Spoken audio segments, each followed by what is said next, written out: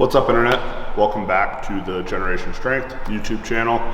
First things first, please make sure to like the video, subscribe to our channel, and leave any comments that you have about future videos or what you think of the content, things like that. Constantly trying to think of new content to bring to this channel outside of our other social media pages. So if we know what you guys want to watch and if we know what you guys want to learn, then that makes it much easier for me to produce more content because quite frankly, I do not have the brain power to think of video ideas on my own every single week. So in our last video, we put up my training footage. I kind of touched on a few points of why we might use an SSB in our training or a transformer bar. We're just gonna refer to that as an SSB for the sake of the video and to keep things simple. So I touched on using a safety squat bar as a squat accessory or a deadlift accessory. So today we're actually gonna break that down in a little bit more detail and kind of show you guys the differences between the two and how you can set up for the lift using it for a squat accessory versus using it as a deadlift accessory. All right, guys, so if we're gonna be using the safety squat bar as a squat accessory or a secondary movement, however you wanna label that movement in your programming, the goal with using a safety squat bar is going to be to reinforce an upright posture or a neutral posture, I should say, in our squat pattern, right? So that means that we are fighting rounding over in our squat. And if you've ever used a safety squat bar, it's like a front squat on steroids, right? So it's gonna pitch you forward, so you're gonna have to fight that forward pitch from the bar, and you're gonna have to fight flexion, rounding in the mid and upper back, right?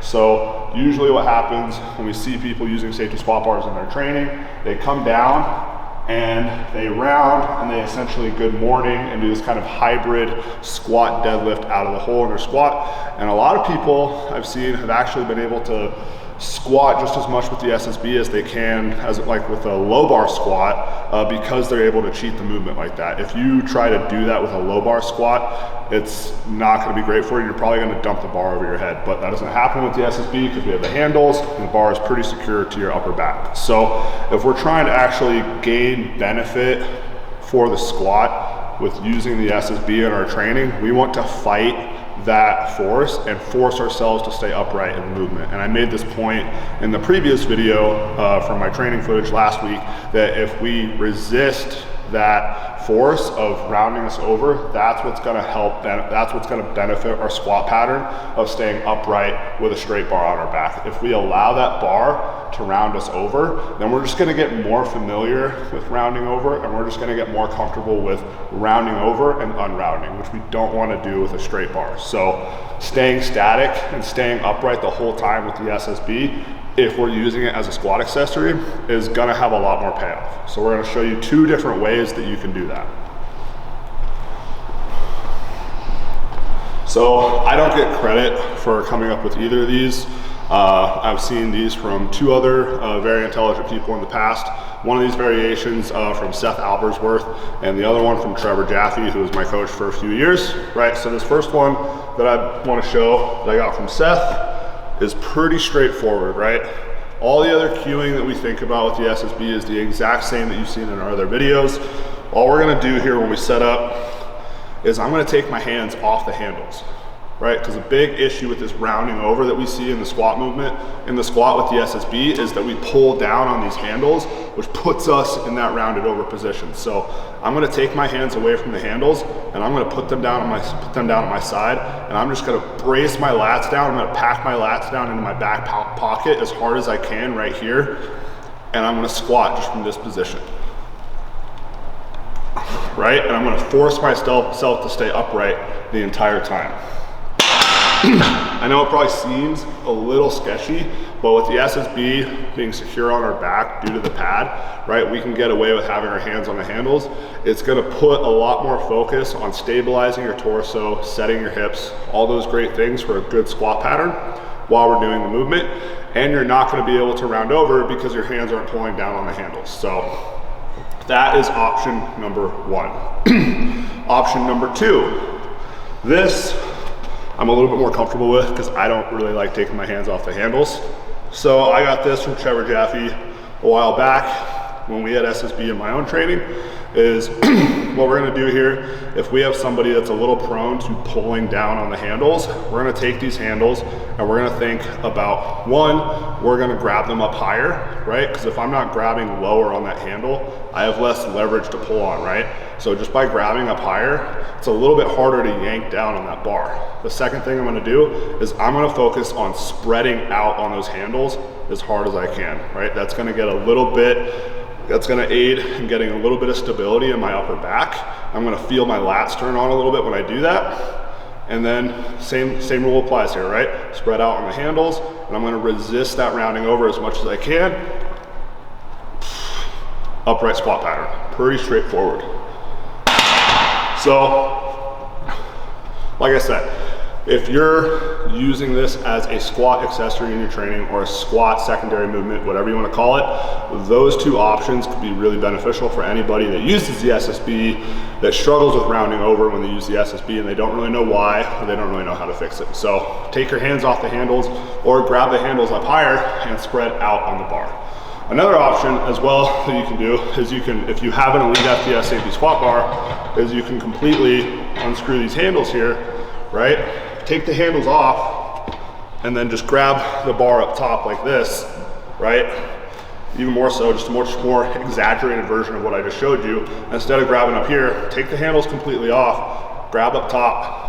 Now it's even harder for me to yank down on that pad. So we talked about a couple of ways that we could easily incorporate the SSB into our training as a squat accessory and how to do that optimally, right? I say that with like the SpongeBob uppercase and lowercase letters. So if we want to use the SSB more as like a deadlift accessory, we definitely can do that. And there's definitely going to be a lot of carryover there.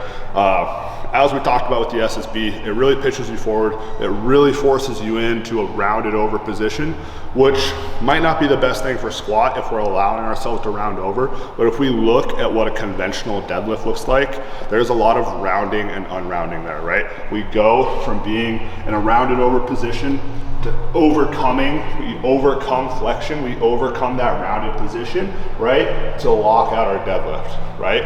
Whether we're, like I said, whether we're locking out the deadlift and standing tall and getting that extension, or if we're setting that extension off the floor to get our slack pull and to get that wedge in that starting position in a good spot. So if we're thinking about using this as a deadlift movement, then allowing ourselves to round, allowing ourselves to almost cheat the movement a little bit is gonna be beneficial for a deadlift, because now we're overcoming flexion and we're fighting through flexion, which is very similar to a deadlift pattern. So this doesn't necessarily mean pull down on the handles and load up as much weight on the SSB as you can handle, but maybe modifying that squat pattern a little bit to replicate a deadlift a little bit more is gonna pay off for the deadlift itself, right?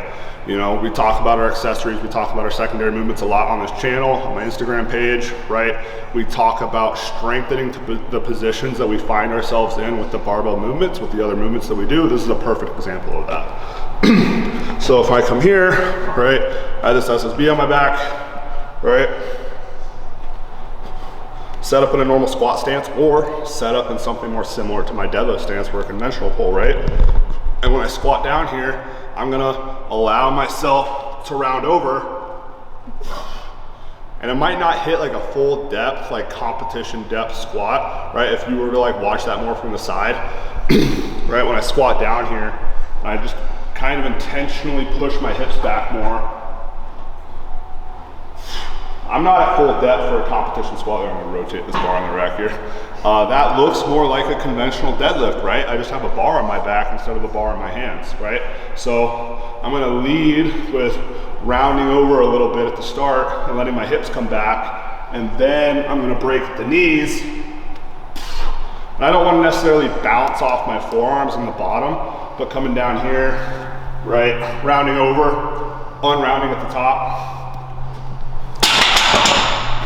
That's pretty similar to a conventional pattern, and it's gonna really blow up that mid and upper back with fighting through that flank flexion and getting to that extension at the top of the lift. You can do that with good mornings as well. We don't even need to do a squat pattern, right? If I do a good morning with the SSB on my back, as opposed to a straight bar, and come here, I can round through the upper back, fight through that flexion, get that extension at the top, blowing the fuck out of your entire posterior chain, especially the mid and upper back, which is what I love about the SSB. The mid upper back portion is a very, very overlooked area in our like posterior chain development that helps us get that upright posture, get that really aesthetic looking start position on a deadlift, getting that thoracic extension off the floor. Very, very underrated movement, whether you do the good morning or the squat. Again, context is key. We're using the SSB to build either the deadlift, right? More rounding, overcoming flexion.